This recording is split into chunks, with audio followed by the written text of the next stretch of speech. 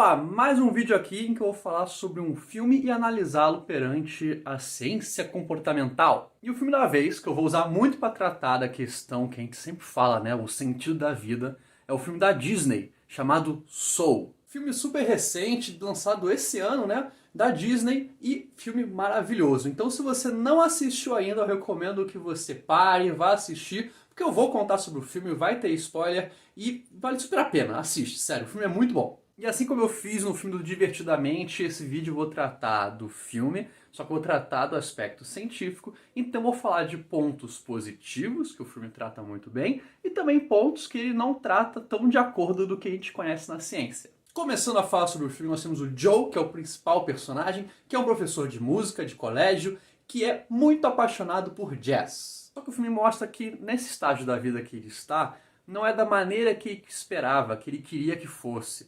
Ele achava que na idade que ele está, ele já estaria fazendo coisas que para ele fossem incríveis, como fazer parte de uma banda de jazz. O filme também mostra que ele tentou várias vezes fazer aqueles auditions, fazer os testes para entrar em bandas de jazz.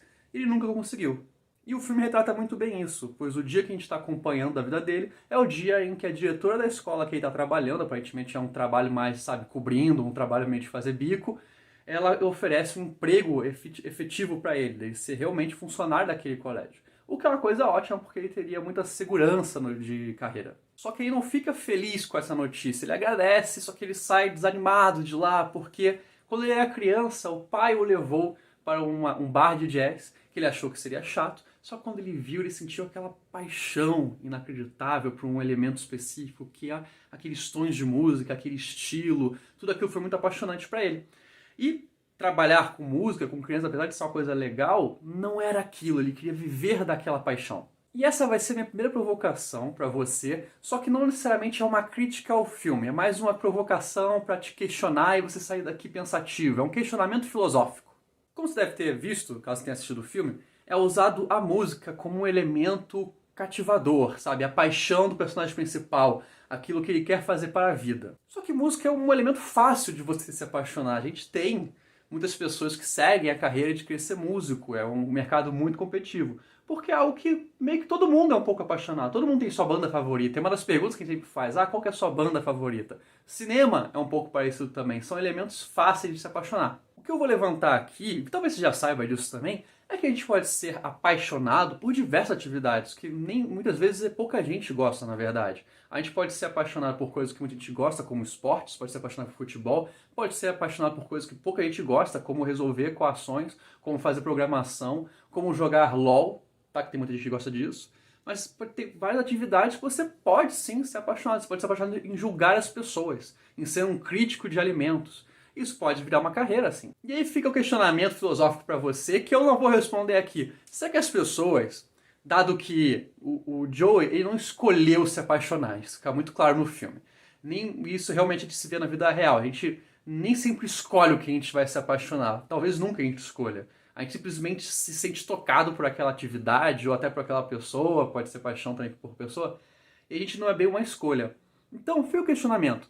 Será que a gente só pode se apaixonar por coisas boas?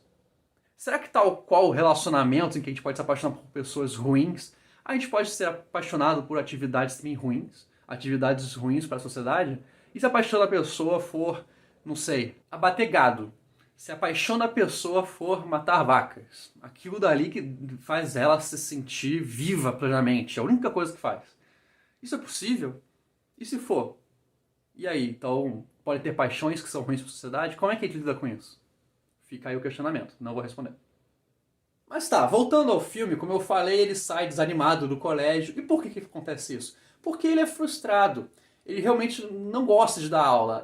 Entre as paixões dele, dar aula não é uma delas. Ele é divertido, ele se dá bem com as crianças, mas não é aquela coisa que ele vai radiante. O único momento lá que ele ficou um pouco radiante na aula é quando ele viu um talento de uma aluna, mas isso aí não é o mesmo que dar aula. E o filme mostra isso para te abordar um conceito que muita gente vive hoje, que é a grande dificuldade de você decidir entre um trabalho seguro, com uma carreira sólida, que geralmente nossos pais queriam pra gente, ou então seguir nossas paixões, fazer aquilo que você ama e que te dê algum dinheiro. Acredito que muita gente da minha geração se identificou com a cena em que ele está conversando com a mãe e a mãe fica demonstrando lá aquele desejo da família de que o filho, os mais jovens, tenham um emprego seguro e estável para ser alguém. Essa expressão é muito importante. Ser alguém é determinado pela sua carreira. Mas relaxa, eu não vou entrar aqui nessa parte crítica social, vou entrar na parte crítica de senso comportamental. Então vamos seguir com o filme. Infelizmente, Joey consegue a chance de realizar seu sonho, em que uma banda de jazz o convida para ele fazer lá uma demonstração do que ele sabe, para ver se eles contratam ele como pianista. E nesse teste, finalmente acontece. A gente é vislumbrado por uma pessoa fazendo aquilo que ela é apaixonada. É quase como se o filme te demonstrasse que ali está sendo realizado o sentido da vida do Joe.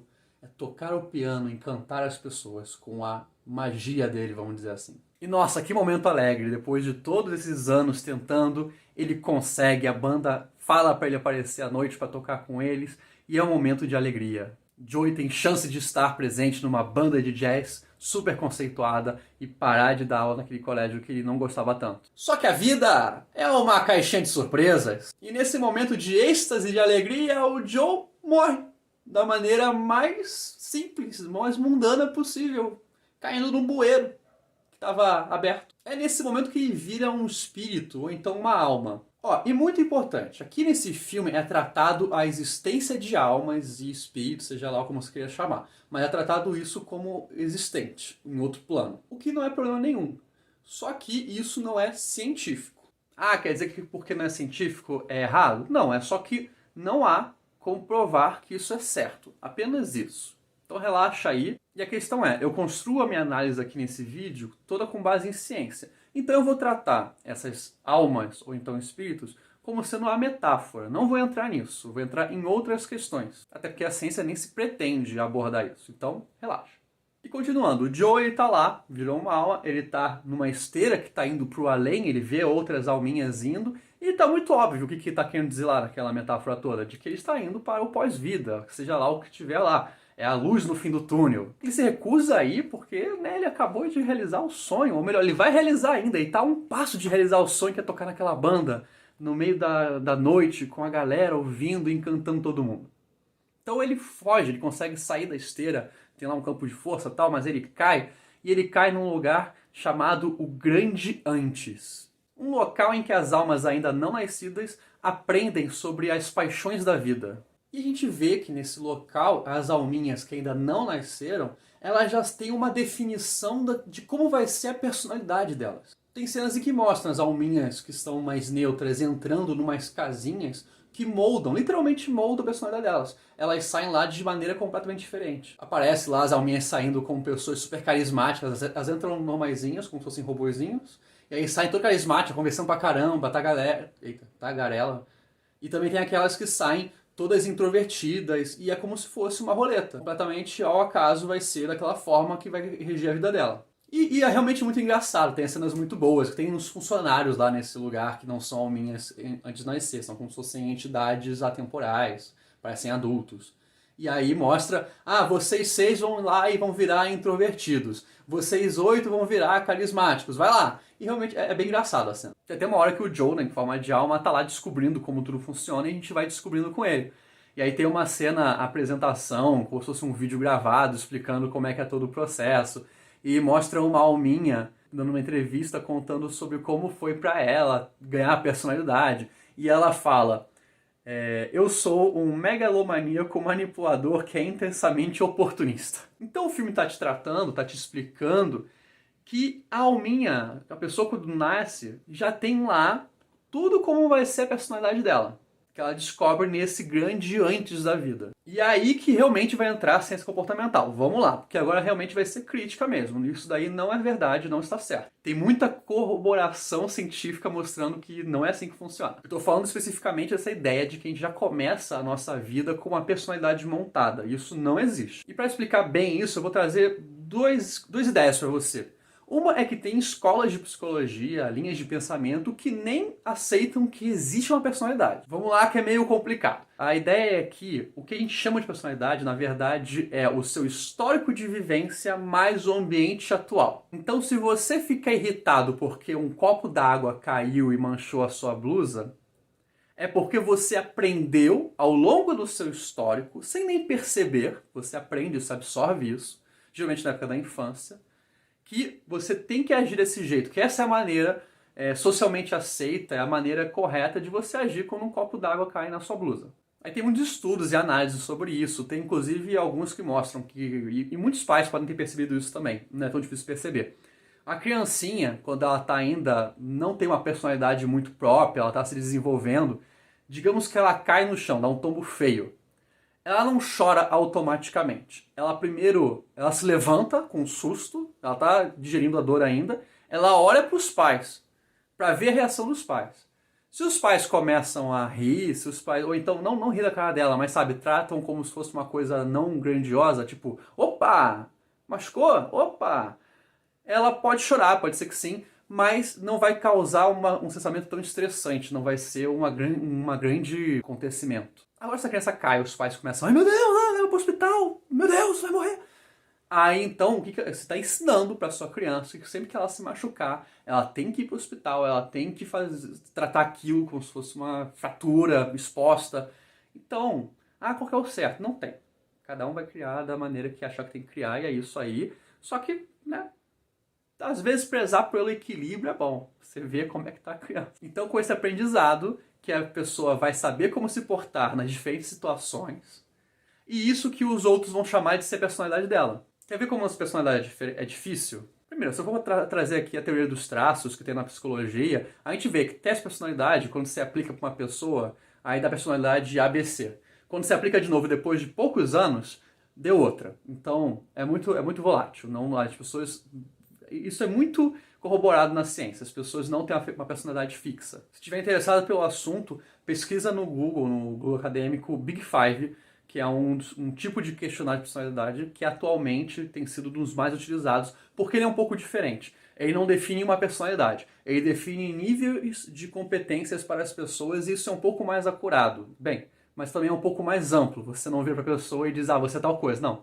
Ele diz mais que você tem tal nível de extrovertido, você tem tal nível de abertura e por aí vai. São 5 grandes competências que eles ficam analisando. Então, se você tiver interesse por essas teorias científicas de perfil, de personalidade, esse daí é um dos mais utilizados hoje. Quer outro exemplo legal de como que a personalidade é complicada de ser avaliada? A personalidade que você taxa o seu amigo. Se eu te perguntar, qual que é a personalidade do seu melhor amigo? Tá, você pensou agora, de tal maneira, tal maneira, tal maneira. Digamos que você ache ele inteligente e divertido, só que ele não é muito carinhoso. Pronto, você pensou nesses traços aí que você achou que é uma maneira boa de definir a personalidade do seu melhor amigo. Supondo aqui. Será que todo mundo que conhece ele vai defini-lo assim? Você vai pensar, claro, ele é meu amigo da faculdade, todos nós definimos ele é assim mesmo. Olha, pode ser verdade. Só que será que a família dele define ele assim? Porque você está num ambiente de faculdade. Então é um ambiente que estimula o intelectual.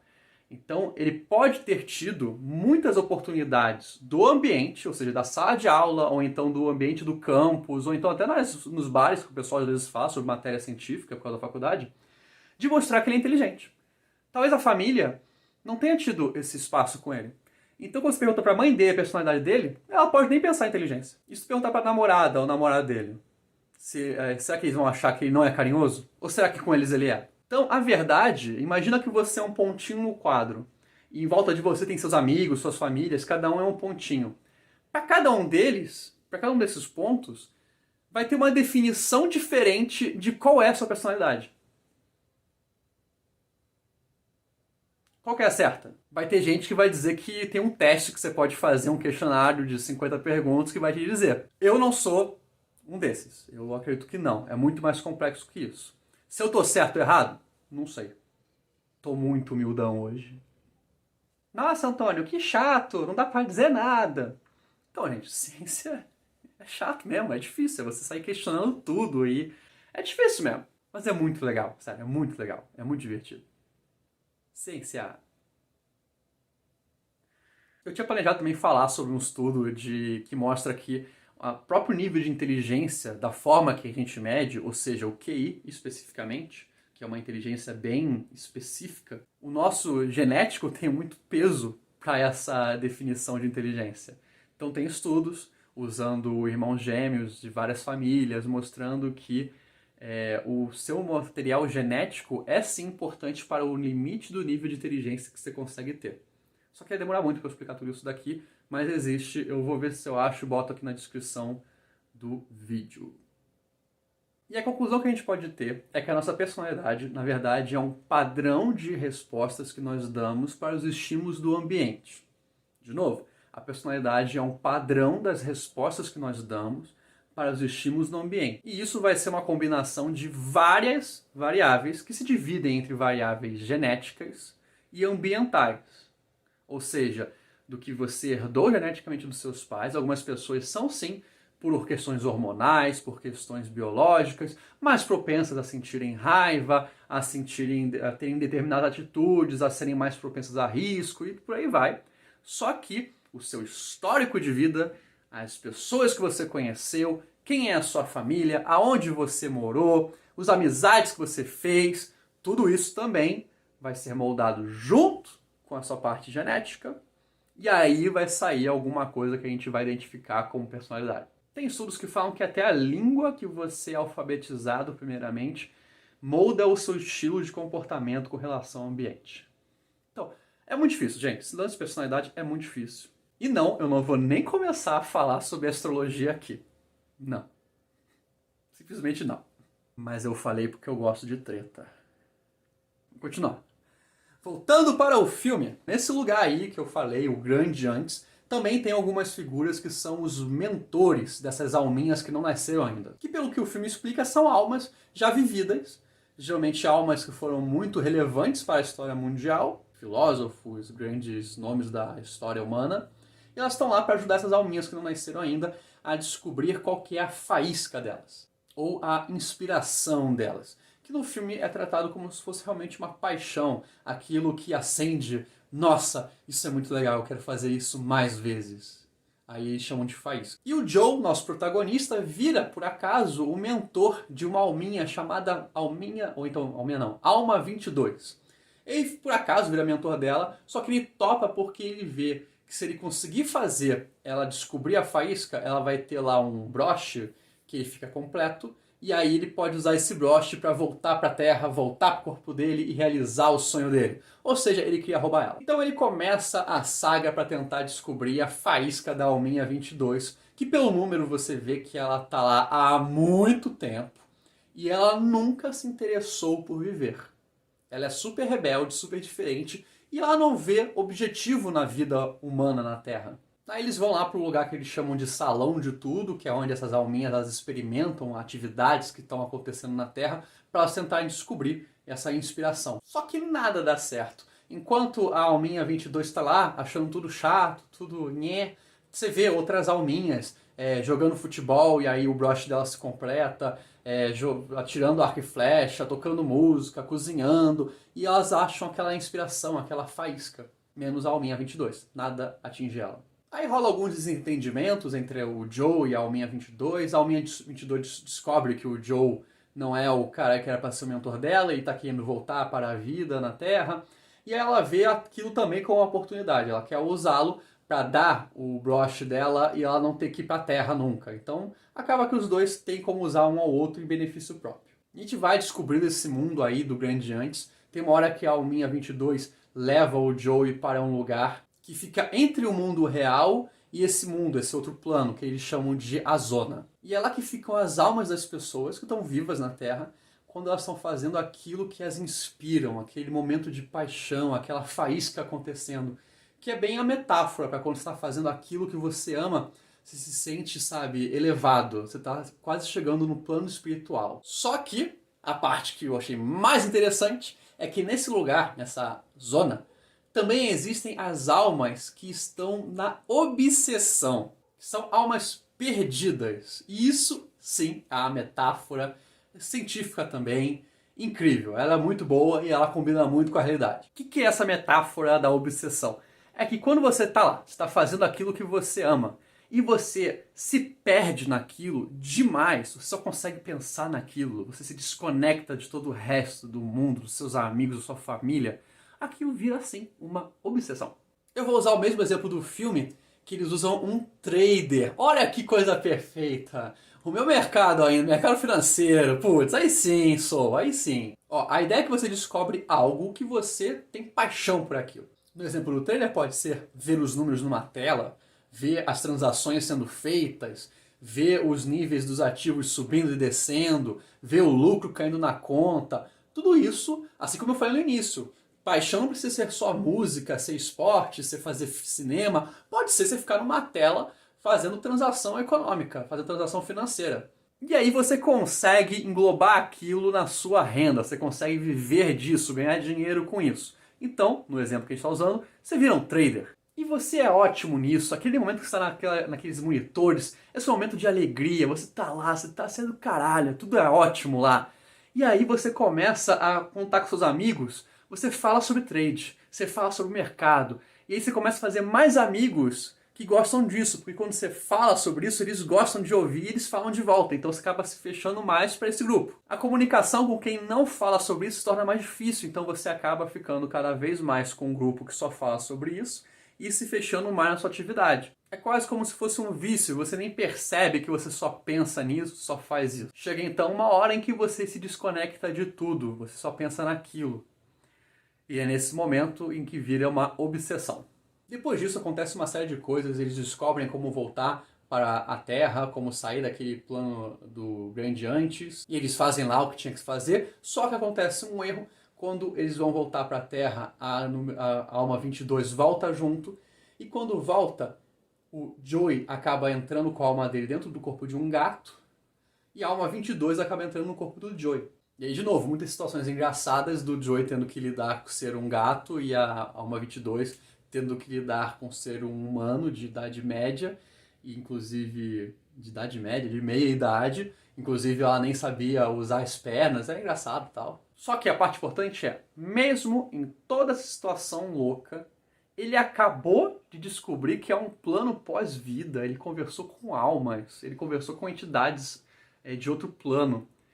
O que ele tá com a cabeça? Sendo que ele está no corpo de um gato, ele nem sabe se ele consegue voltar pro corpo dele.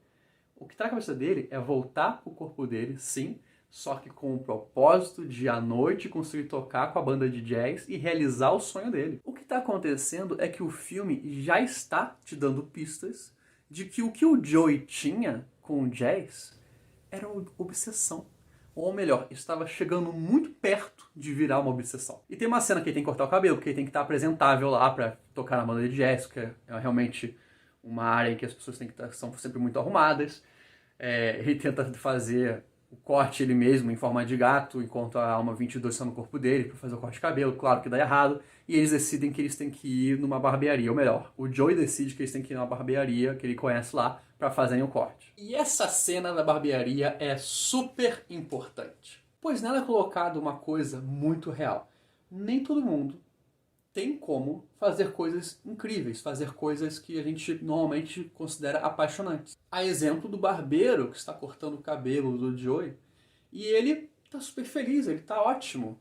Ele talvez não esteja seguindo aquilo que as pessoas são apaixonadas por fazer, mas ele está de boa com isso. Tem até um momento em que a Alma 22, que está no corpo do Joey, começa a trazer as questões que ela tanto pensou em todos esses, sei lá, séculos que ela tá lá no outro plano, pro pessoal que tá na barbearia. E ela dizem que você nasceu para fazer alguma coisa. Mas como você descobre o que é essa coisa? E se você pegar a coisa errada para fazer, a coisa de outra pessoa? E nessa conversa com as pessoas daquela barbearia, que o Joe sempre ia, mas nunca tinha tocado nenhum assunto como esse, que ele começa a realmente conhecer o pessoal, ao cara que sempre cortava o cabelo dele. Um cara que já tinha a visão do que a gente vai descobrir daqui a pouco no vídeo. Esse cara, o barbeiro, na verdade já tinha uma visão que a gente vai descobrir daqui a pouco. Daqui a pouco eu falo qual é a descoberta que o Joe ainda vai ter. Só que uma anterior a essa, que ele já está tendo, é que aquilo que ele tinha sobre só falar sobre jazz estava se tornando uma obsessão. O próprio barbeiro comenta com ele: nossa, nunca vi você falar sobre nada além de jazz, que legal que você tem todas essas opiniões, gostei bastante de conversar com você, senti que te conheci de verdade. Isso em uma tarde, enquanto ele cortava lá já há anos. Só falava sobre jazz. Ele já estava no processo de se desconectar do mundo. E aí agora que a Alminha 22 ela já está um pouco mais confortável com estar no corpo do Joey e de estar vivendo aquele universo novo, o filme começa a flertar com você o real aprendizado que ele quer te passar. A Alma 22 começa a aproveitar tudo que tem na rua. Desde a pizza que ela está comendo, até o escapamento de ar do metrô que faz um ventinho divertido. Então, tudo para ela é um grande, deslumbre de estar viva. E mesmo observando isso e tendo vários momentos de aprendizado naquela barbearia, o Joey, que está na forma do gato, continua cego. Ele continua firme naquela crença. Ele até fala: quando eu subir no palco hoje, todos os meus problemas serão consertados. Então ele está naquela firmeza de realizar esse sonho, de voltar pro corpo dele, tocar na banda de jazz e aí realizou a vida dele. É isso, vai ser tudo incrível. Tá sempre. Será que vai? Só que ele ainda não está pronto para tocar na banda de jazz. Ele precisa antes consertar o terno dele, que estava lá com um problema que eu não lembro agora. E para isso, ele vai procurar a mãe dele, que saberia consertar. E agora nós temos outro momento super importante que eu já falei no vídeo divertidamente. Então vamos lá. O Joey ainda está na forma do gato, a Alma 22 está no corpo do Joey, e aí o gato combina com ela que eles têm que... Tudo que ele falar, que quando o Joey na forma do gato fala, só a Alma 22 entende, os outros humanos não entendem. Então estavam combinados dela virar o fantoche dele. Ele falava o que ele queria falar pra mãe e pra ela e ela repetia.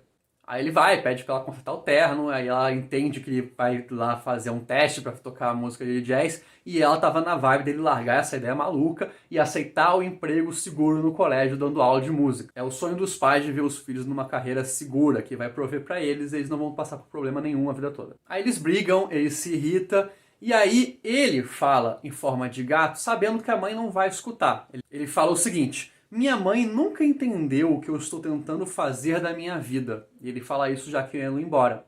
Só que a Alma 22, que está dentro do corpo do Joey, ainda está na vibe de repetir tudo que ele fala em voz alta. E ela fala isso em voz alta. E a mãe escuta. E aí o que acontece? Por externalizar os reais sentimentos, a mãe escutou, aí ela externaliza os dela também, e eles têm uma conversa real. Os dois tinham bons pontos para estarem preocupados, ela com ele e ele com a própria vida. Os dois tinham bons argumentos. O problema é que eles nunca encararam um ao outro e falaram o que estão sentindo. A mãe está preocupada, ela não quer que o filho passe fome, ela está ficando velha e eles não têm mais ninguém, tem só um ao outro. E o filho também ele tem bons argumentos, ele não quer ficar fazendo uma coisa que, não traz sentido para ele quer seguir algo. Como ele tem a oportunidade, até o privilégio de tentar fazer alguma coisa que para ele é incrível, vamos tentar, vamos apostar a vida é isso, senão ele vai viver num arrependimento. E olha só, o que acontece quando duas pessoas que se amam falam a verdade, falam o que estão sentindo,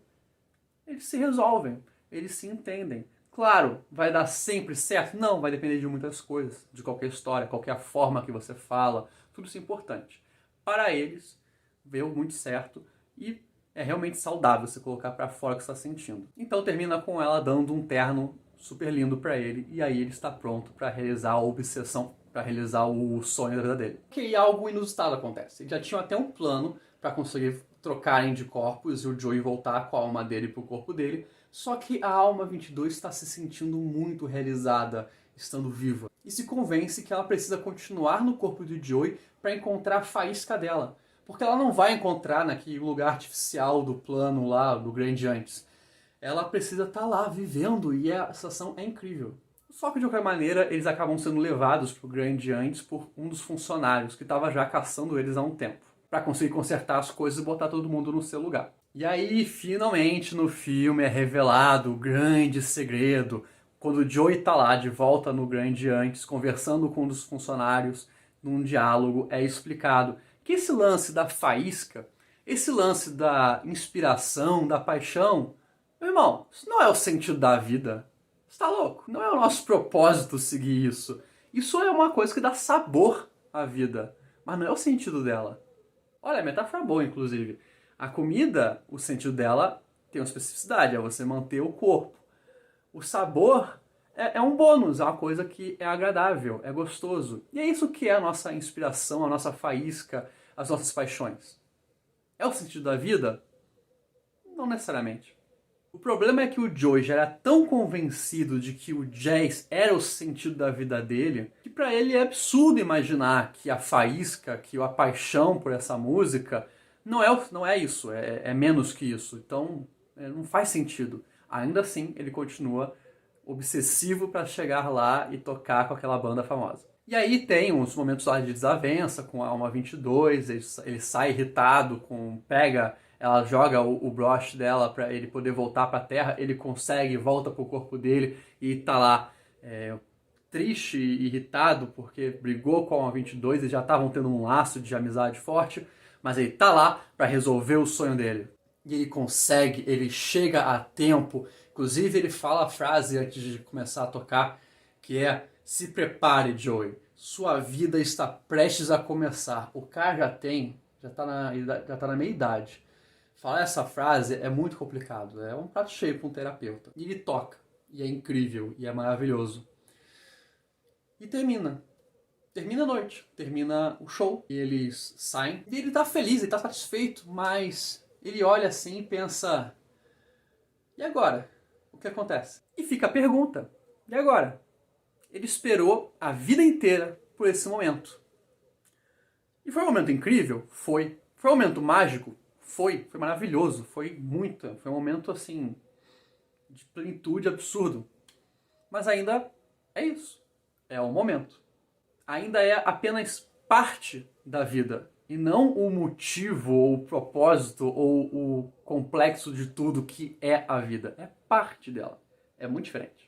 O lance acaba sendo, sim, queremos maximizar esses momentos, ter o máximo deles ao longo da vida? Queremos. Mas cuidado para não achar que a vida é só isso. Para não acabar aqui numa vibe errada de que terminou com ele descobrindo que não serve para nada, ele volta pro plano do grande antes, ele volta a ver a Alma 22, aí tem lá a resolução com ela, e ele volta para a vida como um presente, porque ele conseguiu fazer a Alma 22 achar a faísca dela, que nem é necessariamente nos revelada, e ela vai para a vida. E é um momento muito tocante, muito bonito. E no final, quando ele aceita que ele, sabe, ele cumpriu o que ele precisava, ele ia ir pro grande além, pra luz no fim do túnel, só que dá um presente para ele voltar, e ele topa. E realmente é muito bonito tudo, é bem emocionante. Eu achei, pelo menos. Então, qual que é a conclusão do filme? Que tem um respaldo científico, que eu já vou falar, é que a verdade é que não importa se a sua vida ela é uma vida simples ou uma vida extremamente louca.